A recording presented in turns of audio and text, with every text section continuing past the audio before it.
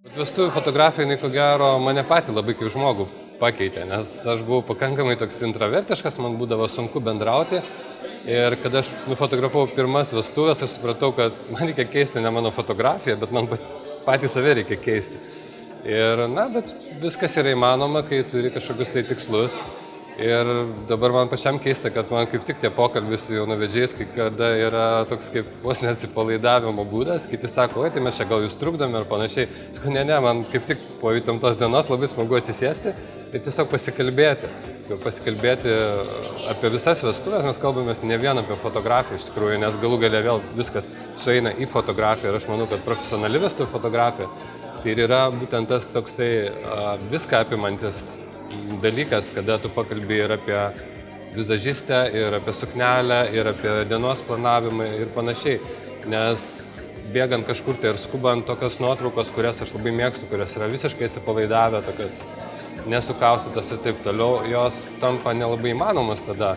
Vestuvės yra labai intimi šventė. Iš tikrųjų, tai yra šventė, kurią žmonės nekviečia ten kaimynų iš 2-3 laiptinės.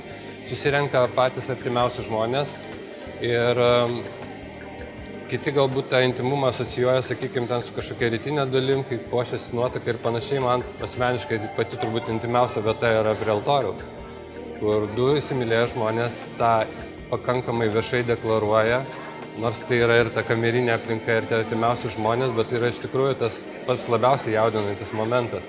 Šiaip pagrindinis dalykas, iš tikrųjų, kur aš vadovaujuosi, tai yra toksai klausimas savo daugiau, kas man pačiam yra svarbu, ką aš matau, kad dar galėčiau patobulinti, dar pakeisti savo fotografiją, įsivesti kažkokių naujų elementų. Bet pati ta fotografijos mada, aš nepasakyčiau, kad jinai keičiasi ten kiekvieną sezoną.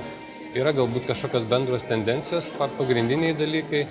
Ir aš manau, kad kaip tik ta šiuolaikinė vestuvių fotografija yra labai įdomi ir labai daug gero įnešė ir labai naujo į fotografiją apskritai galbūt.